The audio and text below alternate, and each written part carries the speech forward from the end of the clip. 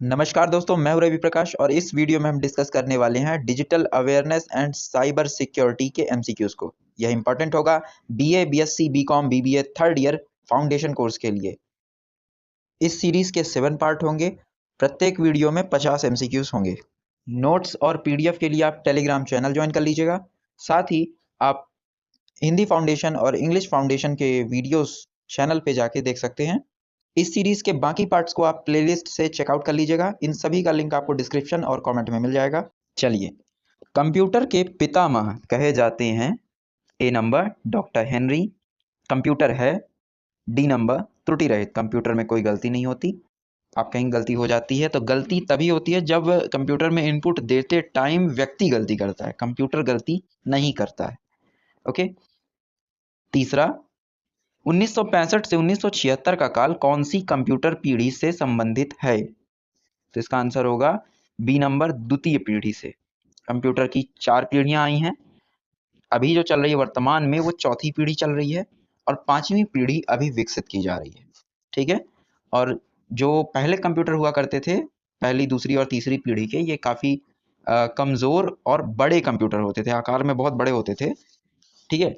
अब के कंप्यूटर्स का आकार जो है वो छोटा हो चुका है। पहले कंप्यूटर्स को रखने के लिए हमें डेस्क चाहिए होती थी, इसलिए इनका नाम डेस्कटॉप होता था। आज के कंप्यूटर्स या लैपटॉप्स को आप अपनी गोद में रख सकते हो, तो इनका नाम लैपटॉप कर दिया गया। खैर, आगे बढ़ते हैं। चौथा, कंप्यूटर में डाटा संग्रहण करके रखने की एक युक्ति है। डाटा कलेक्ट कहाँ होता है? तो डाटा बेस में होता है। डाटाबेस प्रणाली, ए नंबर। पांचवा, बेसिक कंप्यूटर भाषा आई थी। सा नंबर तृतीय पीढ़ी में। बेसिक कंप्यूटर भाषा कौन सी थी? HTML। सो इसमें वेब पेजेस को लिखा जाता है। ये तृतीय पीढ़ी में आई थी, यानी 1976 के बाद आई थी। आगे बढ़ते हैं। छठवां, माइक्रो कंप्यूटर की शुरुआत हुई थी। छोटे कंप्यूटर्स की शुरुआत कौन से पीढ़ी में हुई थी? चौथी पीढ़ी में हुई थी, जो अभी भी चल रही है, राइट नाउ। सातवां, निम्नलिखित में से कौन सा इंटरनेट का समानार्थी है? इंटरनेट को अगर आप तोड़ोगे तो इंटरनेट का पूरा नाम होता है इंटरनेशनल नेटवर्क, यानी सभी देशों में फैला हुआ एक नेटवर्क। तो ये मैच करता है बी नंबर से, वर्ल्ड वाइड वेब। दुनिया भर में फैला हुआ जाल, वर्ल्ड वाइड वेब। ओके। आठवां, HTML में M से आशय है। सा नंबर मार्कअप। 9, इंटरनेट में किस प्रोटोकॉल का उपयोग होता है? सी नंबर X25। 10, वेब पर उपलब्ध पेज डैश में लिखे जाते हैं। किस भाषा में लिखे जाते हैं? बी नंबर HTML में। 11, web page www world wide web पर डालने हेतु क्या आवश्यक है? डी नंबर सब कुछ, उपरोक्त सभी। इंटरनेट कनेक्शन आपके पास होना चाहिए, वेब होस्टर होना चाहिए और वेब सर्वर होना चाहिए, तब आप किसी वेबसाइट को सर्च कर पाओगे। 12, BSAT का पूरा नाम है। A number very small aperture terminal, यह पूरा नाम होगा VSAT का। 13, इंटरनेट एंड्स डैश संख्या में होता है। सा नंबर 32 बिट।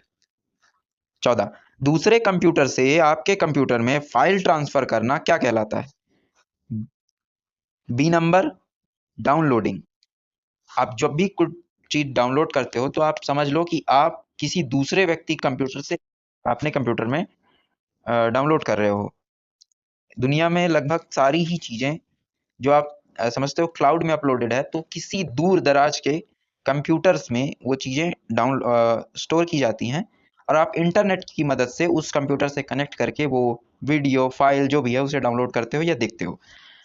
15, IRC किसका संक्षिप्त नाम है?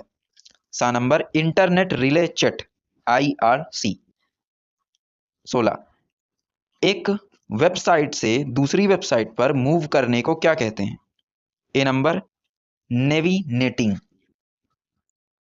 17, डैश कंप्यूटर्स के बीच डाटा एक्सचेंज के नियम हैं। कंप्यूटर्स के बीच डाटा एक्सचेंज के नियमों को क्या कहते हैं? तो बी नंबर प्रोटोकॉल कहते हैं। 18, इंटरनेट है। ए नंबर नेटवर्क्स का नेटवर्क। 19, इंटरनेट के लाभ हैं। डी नंबर उपरोक्त सभी। सूचना, मनोरंजन, सोशल नेटवर्किंग, ये सभी चीजें इंटरनेट के लाभ या फायदे हैं। 20 इंटरनेट की साइट इस भाषा में लिखी जाती है। A number HTML। ISP का अर्थ है इंटरनेट सर्विस प्रोवाइडर। ठीक है, जो आप ऐसी कंपनियां, ऐसे संस्थान जो आपको इंटरनेट दे रहे हैं, प्रोवाइड कर रहे हैं इंटरनेट सर्विसेज, इनमें से वो हर कंपनी आती है जो सिम के द्वारा या ब्रॉडबैंड के द्वारा आपको इंटरनेट देती है।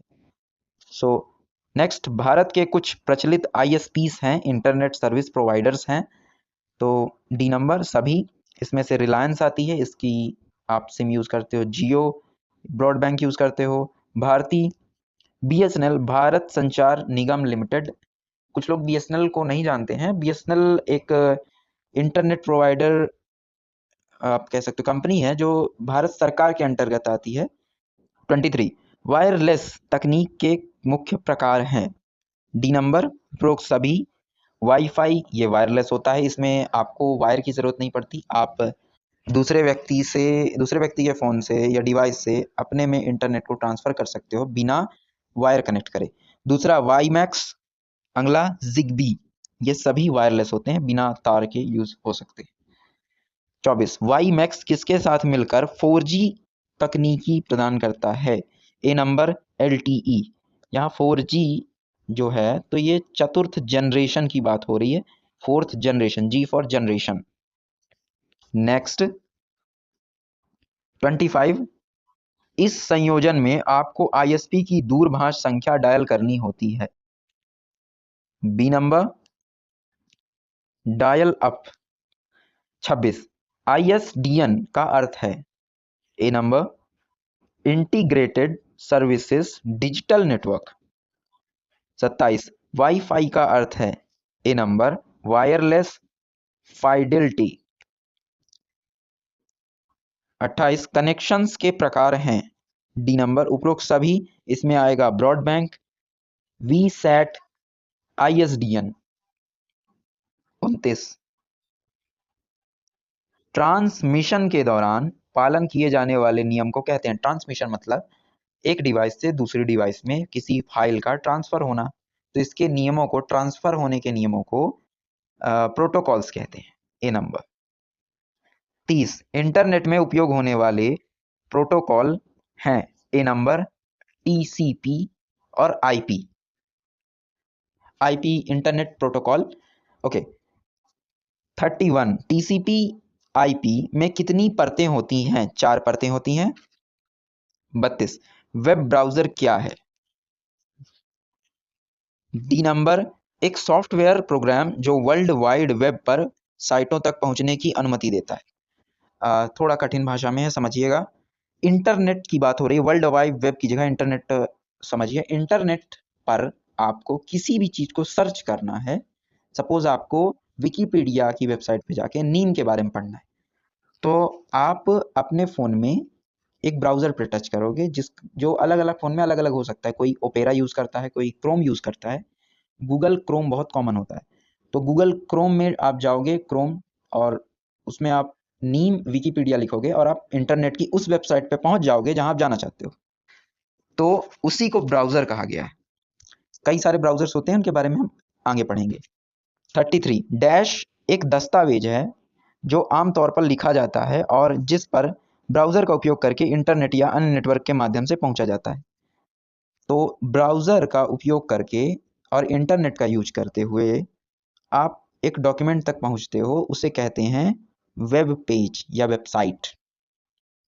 जैसे आपने फॉर एग्जांपल आपने विकिपीडिया पे तुलसी के बारे में सर्च किया, तो आपने अपने क्रोम ब्राउजर से इंटरनेट ऑन करके सर्च किया और आप तुलसी के बारे में एक पेज पाते हो विकिपीडिया में जिसमें सारी जानकारी है।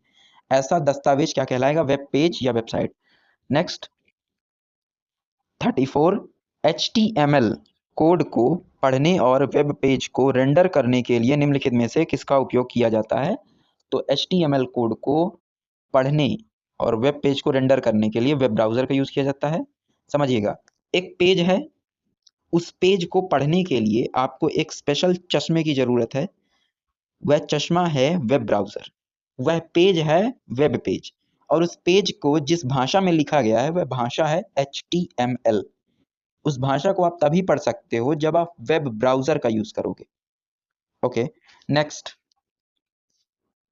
35, पहला वेब ब्राउजर डैश में बनाया गया था 1990 में पहली बार वेब ब्राउजर बनाया गया। पहला वेब ब्राउजर डैश द्वारा बनाया गया था, किसने बनाया था? तो ए नंबर टिम बर्नर्स ली, इन्होंने बनाया था। 37, नेटस्केप, नेटस्केप का एक मुक्त ओपन सोर्स सॉफ्टवेयर संस्करण डैश नामक विकसित किया गया है। D number Mozilla. नेटस्केप का एक संस्करण, एक वर्जन है, जैसे आज मोबाइल के कई वर्जन आते हैं, उसी तरह से नेटस्केप का एक वर्जन है। कौन? मोजिला। इसे विकसित किया गया है ओपन सोर्स सॉफ्टवेयर के रूप में।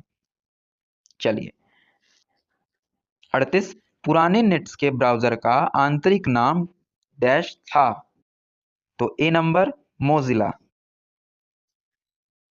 39, निम्नलिखित में से किसे नवीनतम ब्राउजर माना जाता है? इसका आंसर है B number chrome, Google Chrome.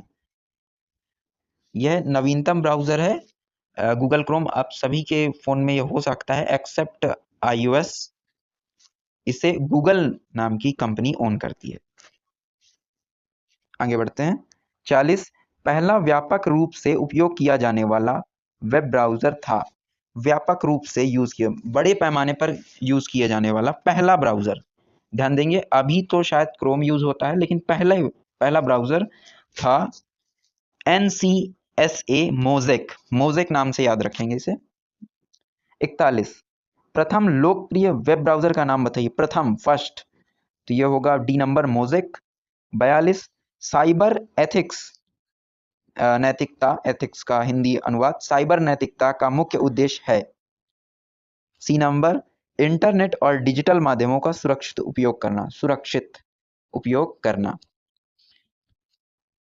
Next 43, Chrome web browser इनमें से किस रेंडरिंग इंजन का उपयोग करता है? बी नंबर पलक।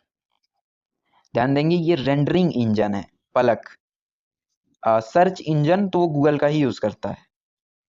चलिए, ज्यादातर ब्राउजर्स जो सर्च इंजन यूज करते हैं वो गूगल का यूज करते हैं। याहू एक अनदर सर्च इंजन होता है, और यहाँ पे रेंडरिंग इंजन की बात हो रही है, पेज को लोड करने वाले इंजन की बात हो रही है, वो है पलक। 44, निम्नलिखित में से कौन सा अब भी सामान्य उपयोग में आने वाला पहला सबसे पुराना वेब ब्राउजर है? ऐसा पुराना ब्राउजर जो आज भी उपयोग में लाया जाता है। A number links.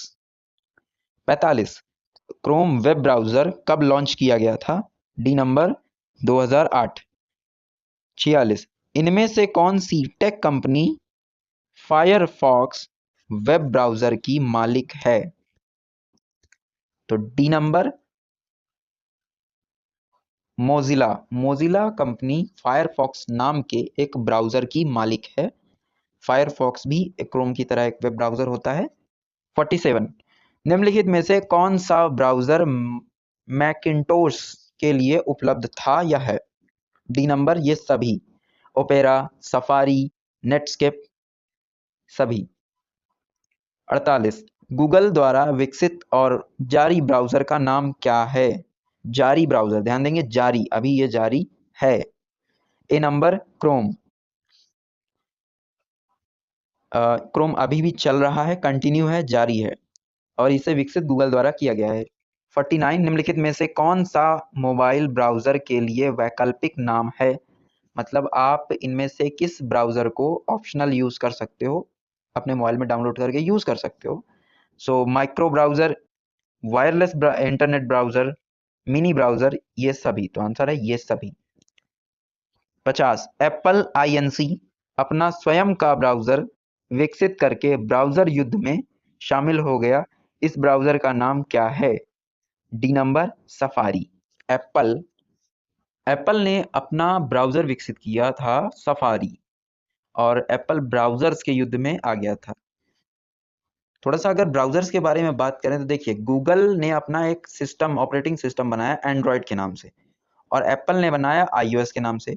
और ये जिस भी फ़ोन में अपना ऑपरेटिंग सिस्टम देते हैं उस फ़ोन में अपने ही कंपनी के ऐप्स को देते हैं, जिससे ये फ़ायदा लेते हैं।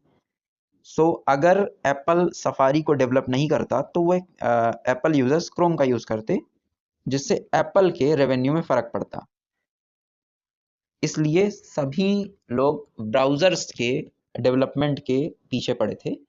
खैर, इस प्रकार से हमने digital awareness and cyber security के एमसीक्यूज पढ़ लिए। इसके नेक्स्ट पार्ट्स आप प्लेलिस्ट में और चैनल में जाके देख सकते हो। नोट्स के लिए आप टेलीग्राम ज्वाइन कर लीजिएगा, जिसका लिंक आपको कमेंट और डिस्क्रिप्शन में मिल जाएगा। पढ़ते रहिए, आगे बढ़ते रहिए। जय हिंद।